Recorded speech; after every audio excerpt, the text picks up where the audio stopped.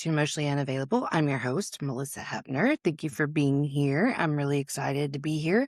I'm a little tired. I'm recording a solo earlier than I usually would because, well, that's when I had the time. So I'm still a little sleepy. I wanted to continue the conversation that we're having around why, if connection is the key to survival as humans, do we resist connection so much? Why do we have these subconscious patterns that keep us disconnected from other people? Why does it feel safer to be disconnected? Why are we in these patterns to begin with? So I was thinking about this, and a really big part of what I'm wanting to bring into more of these episodes, not just solo, but with whoever I'm talking to when I'm interviewing someone, is integration. Integration means let's stop analyzing, let's stop intellectualizing. How do I put these steps into action? How do I change my behavior? And so it really reminded me, I've talked so much about this on this show, on the other show, Unquiet Soul with Angie and me. You should check it out. Anyway, I'll just repeat it, but in 2017-ish is when I came across the holistic psychologist, which one day I would love to be able to talk to her. But anyway, and so much of what she was saying didn't make sense to me. I learned about trauma for the first time, and that was beautiful because I now knew I wasn't a psycho, I wasn't crazy, I just had trauma. And then I realized it was CPTSD, complex post-traumatic stress disorder, from an entire childhood. Most days of the 0 to 18 years of childhood were pretty terrible. So it was just, there was a lot of different types of trauma inflicted. And so understanding what PTSD and CPTSD were and kind of how they were impacting my life was really important in sort of an awakening. That was probably the first little mini awakening I had, but it really, it deepened my willingness and ability to discover more about trauma, about me, about the way I'm seeing the world, interacting with the world. But there was so much I didn't understand. I could understand why I was doing what I was doing. I didn't know how to change what I was doing. And she talked a lot about nervous system regulation, but for me, it didn't work because I didn't quite understand, aside from knowing I had trauma, why I was dysregulated to begin with. For me personally, it took a lot of uncovering my core wounds and knowing which wounds were being triggered and how to comfort that part of myself before I could get very quick at nervous system regulation. I really had to understand the why behind why I was dysregulated. I couldn't just skip past the understanding of my emotions. I'm not saying that's the case for everyone. I don't know.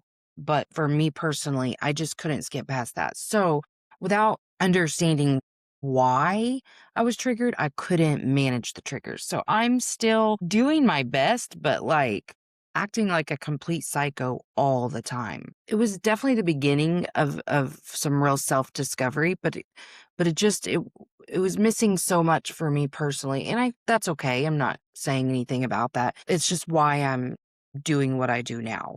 So I really want to give actionable steps to you guys through my own experiences and the information that I've gained to help me through my own experiences for you all to actually be able to integrate this into your own life, to embody, which means feel it all in your body.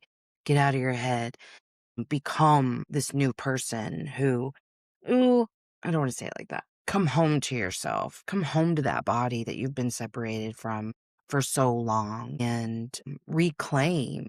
I like that. Reclaim your identity, reclaim who you were before the world told you to be somebody else. So not really becoming a new person, becoming the more innocent, joyful, peaceful version that you were before you experienced the lifetime of things that you've experienced. So one of the big examples that I think about when I was still having trouble integrating, and I talked about this early episode of the show. uh, I had a friend on who needed to be anonymous, and so we had a little series of Anonymously Unavailable with Jane Doe, and we went through the Finding Peace workbook. We did a little book club series on it. I highly recommend those episodes because you get to see me in real time taking in information and integrating it to the best of my ability. But on one of those episodes, I was a wreck because I had just gotten back from a beach vacation that I took with my family and my very, very, very close friend's family. At that time, I had 5 members in my family. If you're new here, I've lost a child in December, and she had a lot of people because there were some small kids, like she has grandkids. So anyway, so I knew better than to do that, especially in the state that I was in at the time. I was just coming out of a mental health crisis, the school year had just ended, and it was a job that had really robbed me of my soul, and I was not well. I was doing better than I had been the prior October when I made a plan to end my life, but I wasn't well. I really was. I was doing my best. I really was, but I wasn't well. I knew better than to take this trip, but I was trying so hard to rely on self-discipline and motivation to be regulated, which sounds so silly in hindsight, but I thought that I could just think my way through that experience.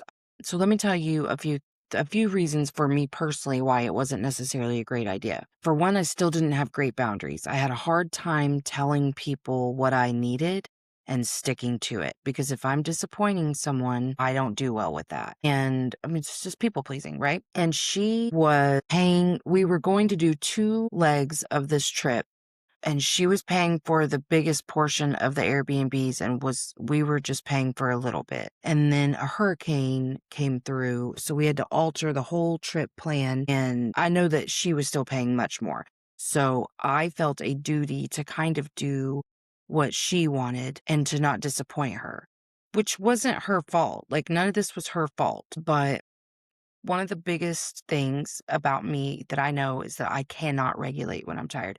Most of us can't, but I'm especially sensitive to this, I think, because I don't see other people acting the way I do when I'm tired. And she's one of those road trip people who wants to get up at 3 a.m., get on the road, whatever. I'm not that person.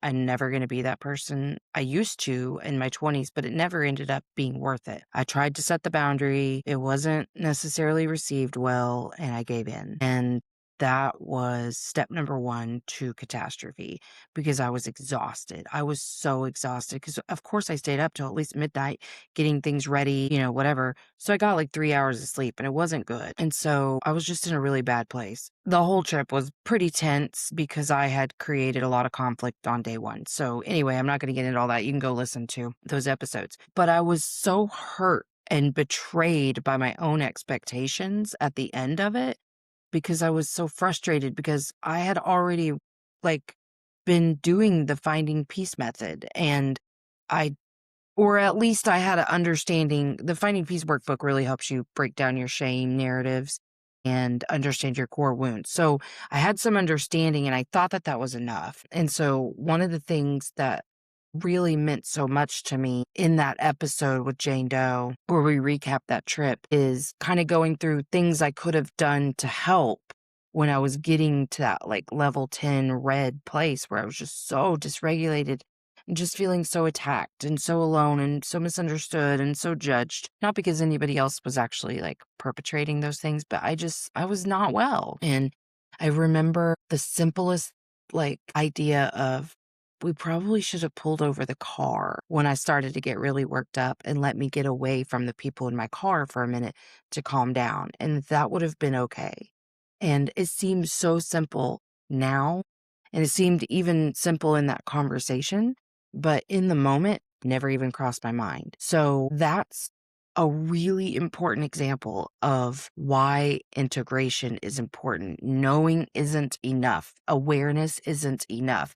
It doesn't give you the repetition to be able to make tough choices for yourself when you're dysregulated. Dysregulation, you are in survival mode. You're literally running from a bear internally. That's what your nervous system thinks it's doing, because your brain isn't asking, do you understand? It's asking, are we safe? So, okay, I remember hearing a lot about the nervous system, the vagus nerve, all these things, and it didn't make sense to me. I talk about the nervous system a lot, and I've given some brief explanations. I'm just going to throw another little thing out here, but it is the part of you that scans the environment for danger and then prepares you for danger. And it isn't just looking for physical danger. It's looking for anything that's meant danger to you in the past. So if you think of it like a central processing unit, because safety is the key to survival, right? Safety is the key to survival.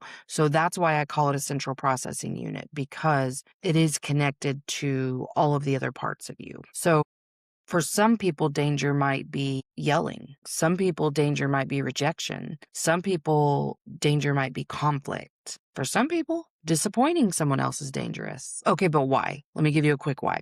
Because when you were a child, when something felt very, very, very scary, that was danger. That meant sometimes it really was dangerous because, I mean, some of us got our asses beat, you know? So there was that. But then also, even just the withdrawal, the withholding of love and affection. Well, if we need connection to survive and we need affection to survive as children, then yeah, the withdrawal or withholding of that is dangerous, right? So many of us had the silent treatment, had the just withholding of affection when we were in trouble. So the idea of creating those dynamics again is very scary. And it taught us that we need to be of service, to be pleasing, to perform for love, belonging, worthiness, and value. This is why insight alone doesn't work, because the nervous system doesn't speak English, right? It doesn't respond just because you read a book. It doesn't calm down because you know you're wounding. Like, that was where I was like, what the fuck? Because I understood my wounding so well. I do still understand my wounding so well. I'm still working on integration all the time. But it learns through experience. That's what it does. So that's what I want to talk about, is the types of experiences that you can have that will help rewire, help reprogram, change the way your brain predicts outcomes. And if you haven't checked out the last two solos in this series, check those out, because that's what I talked a lot about. Maybe not as much as I should have, but we'll be talking more. But this is just kind of, where my heart's following. So, yeah. So the last one I talked about, the predictive behaviors of your nervous system. So that's the thing, is like when I went on that beach vacation, I hadn't had any new experiences to help me figure it out. Now, doing the hindsight thing with my friend afterwards did provide new information to my brain that I could take into the next experience, which really did help. I had to learn that people in my energy, like in my bubble, when I'm escalated, feels like touching me. And when I'm escalated, I don't want to be touched. And so, like, soothing is something I like to do on my own, especially at first. Especially at first. I could not regulate in the presence of others. Now I guess that's one way I've really grown. I do not mind being vulnerable and breathing a certain way or doing anything else in front of other people. And I'll tell you, that was a really big, like, I remember one time trying to talk to Brian about, my husband, if you're new, about some things I would be doing when we were having conversations that I didn't feel safe in, like around money, that I would need to be like breathing a certain way. I almost threw up just thinking about doing that in front of him. And that was like 2 years ago. So your nervous system is constantly making predictions about how much protection you're going to need. Integration happens when old predictions meet a new outcome. So that's what we're going to talk about next. So if your nervous system learns through experience, some people learn that people leave when I have needs. So their brain immediately predicts. And I've been in this situation a lot. So I want you to like slow down and see if this resonates at all, because it's hard to know that these are your patterns if you haven't, really examined them a lot. But so one of the things that happens is, like, apparently somewhere I learned it wasn't safe to have needs as a child. I mean, obviously I was abused and neglected. So, but now when I need to ask for help, here's what happens every single time. I combat these now, but it still happens to me. I go to ask for some help, and I'm pretty anxious about asking for the help. And then my brain automatically goes to, yeah, but if you do that, they're going to be mad. Or if you do that, they're not going to do it. And then you're going to be mad. So it's already predicting the outcome. It does that with lots of things. But so that's my old prediction, that if I'm honest about what I need, that's going to cause disconnection. But then I've provided it with new experiences by choosing one or two people that I feel really safe with, that I don't doubt our relationship at all, and I ask them for what I need. And I say, like that's been one thing, especially after losing Jake, is I have one friend that I feel incredibly safe asking for time together, time out of my house, time away from my other kids, time away from my family, to be me and to just like experience my own self. Because that's been something as a mom carrying my other children's grief just naturally, not because they've asked me to. But then also just as a person who's a healer, just making sure I'm taking enough time to have my own grief process and not just the part of me that shares their grief. It requires getting away from them and kind of just having joy and fun. And I have one friend that I feel very, very safe to say, can we get coffee?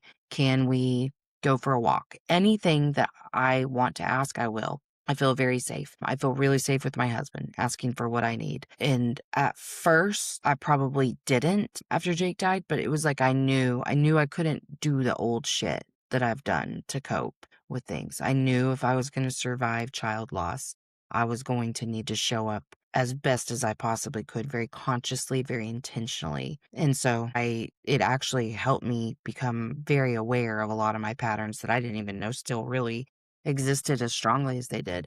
But I could see very clearly where I still very much had trouble feeling safe with needs. I still see this in some ways because it's a constant struggle to allow people to see my grief, I guess. I don't know. So, if you need a new experience, find someone you're safe with to ask for what you need. Ask for help. Ask for That's the other thing is my sister offered to help me clean. That's something I would have fucking never said yes to.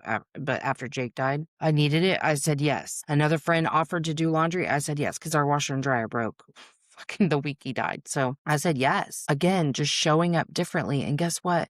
All of the things, even in those moments that my brain was trying to predict to tell me no, none of those things happened. And so I met those old predictions with new outcomes. And it showed me it is safe to ask for help. It's not safe with everyone.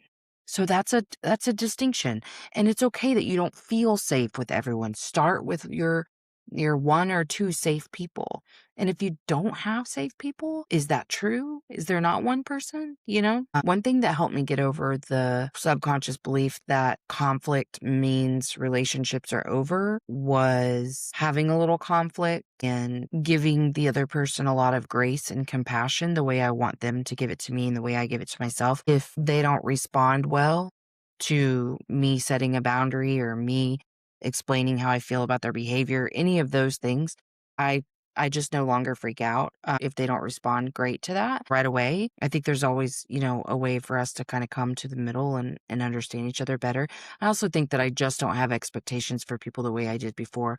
I don't think my needs matter any more than somebody else's, and I don't think my feelings matter any more than someone else's. And theirs don't matter more than mine either. But I think too, I had to learn to quit assigning a lot of meaning and morality to experiences and just understand like this is just kind of a problem we need to solve. And so conflict does not feel as dangerous as it used to. It can feel really unsafe if I know the other person hasn't done any of the work on themselves and it's going to end up causing me just like a giant fucking headache. I hate setting boundaries with people that I just fucking know are not going to receive them.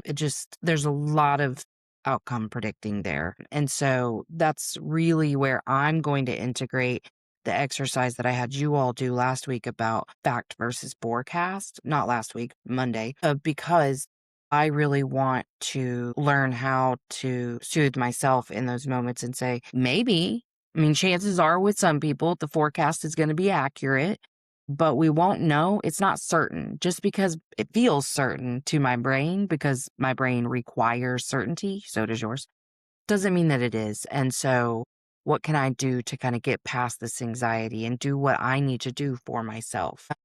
One thing that really feels unsafe to people is like if they make a mistake, like their old prediction was if I make a mistake, I'll be rejected. And, one way that you can gain a new experience for that is like admit when you don't know something, admit when you have made a mistake, and allow others to show up for you in that moment and show you like nobody expects you to be perfect. That's just an old story that was created. It was true at some point.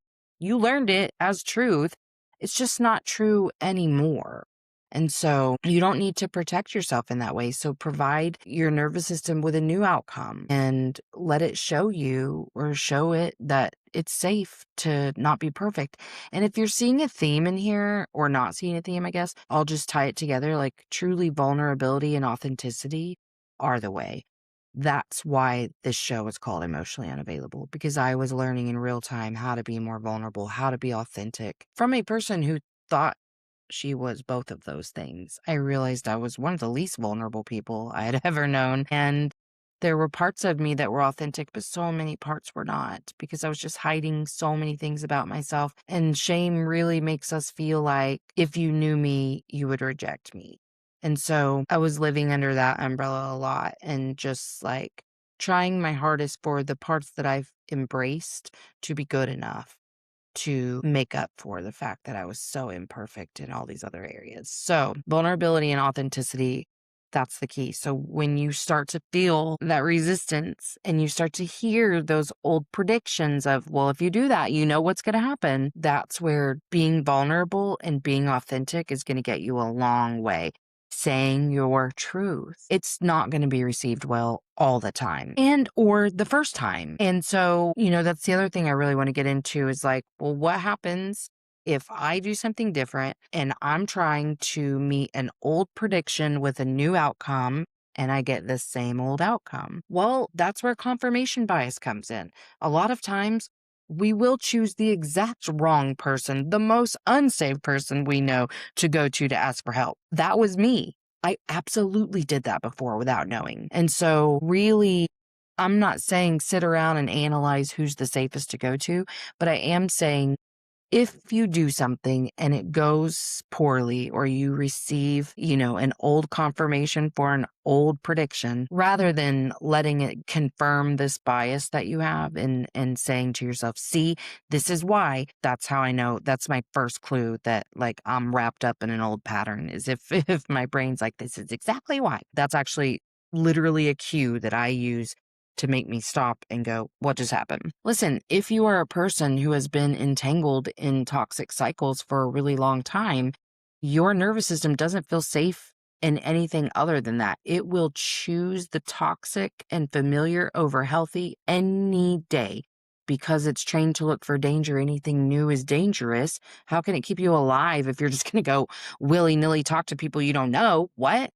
So, I mean, that's just your nervous system. And so, yeah, sometimes you're going to receive the old confirmation for your old predictions, period.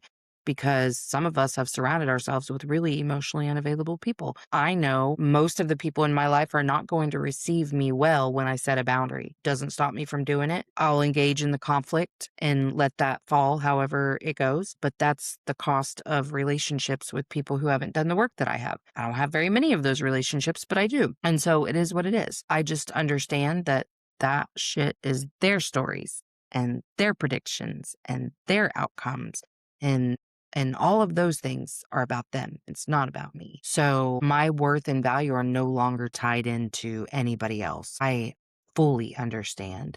I am so worthy and I am so valuable and I am so loved and I love the shit out of myself. So I don't require the validation of others. They don't have to receive my boundary for me to set it.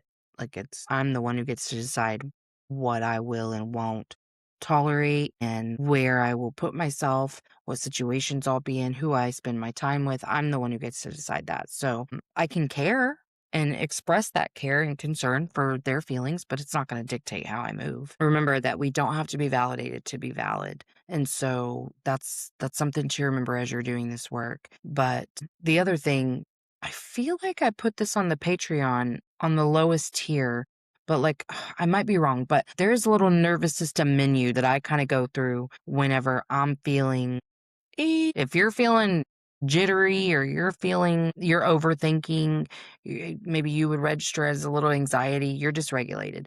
And so the first thing to ask yourself is, do I need food? Do I need sleep? Do I need some sort of hygiene? Do I need a walk? Do I need a stretch? Do I need a hug? Do I need a good conversation? Like, those are all things that I will go through the list in my mind. What do I need? Sometimes I just need space. So, anyway, I hope this helps. I would love your feedback on this episode and what resonated, what was confusing. Yeah. So, also, if you don't mind, make sure that you rate and review on whatever platform that you're listening on. Spotify and Apple have their own ratings and reviews. Or if you're watching this on YouTube, please subscribe. Slowly, my little subscriber count is going up, and I appreciate that so much. And I love you guys. I'm glad you're here. I appreciate you. And I'm excited to continue this series. So I'll see you later. Thanks for coming to Emotionally Unavailable. If you haven't already, like, subscribe, and share. Emotionally